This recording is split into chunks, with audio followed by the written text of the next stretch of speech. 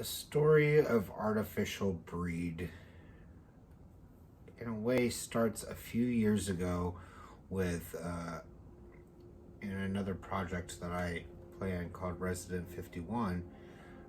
I had reached out to Jason Bazinet from Frontline Assembly about collaborating on a track, and he had given me kind of like a short list of demos, and picked one out, and it turned into the song called Everything Got You Beat. It was a really great experience, and I kind of filed that under, I should try to do that again sometime. And some time passes, Midnight Dive comes out, and some good things were happening with that track, and getting certain people's attention that were worth having their attention. And Jason sent me an email asking, if you want any more songs, hit me up. So I said sure, and he ended up sending me like 300 tracks, maybe. It was a lot. It took days and days to go through all of those demos. And I settled on 10 and acquired the rights to those demos, and he sent me out the stems, and that leads us to Artificial Breed as one of the 10 that came from Jason, at the core. I did my thing to it, added in some keyboard lines, did a little editing, and realized, it really did need, it needed a lead vocal.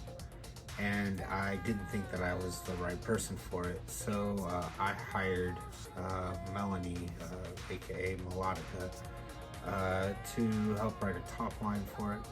So she came in, and she had suggestions for structure, which were pretty straight on. Like the original version was real straight up consciousness. It was different sections all kind of mashed together, and we weren't paying attention to structure or anything like that. But then the time became important to think about it. So we kind of moved things around, and I went back and made a stronger chorus, filled out the orchestration. Melanie, wrote the lyrics, and recorded it on her own and sent me the tracks. And again, kind of like with Jason, we make sure that the person got compensated, acquiring the rights, make sure they're paid. So yeah, I got a really solid song going, and sent it over to Sean Beavan to critique it, and had a wonderful hour-long discussion with him, going into the nitty-gritty technicalities of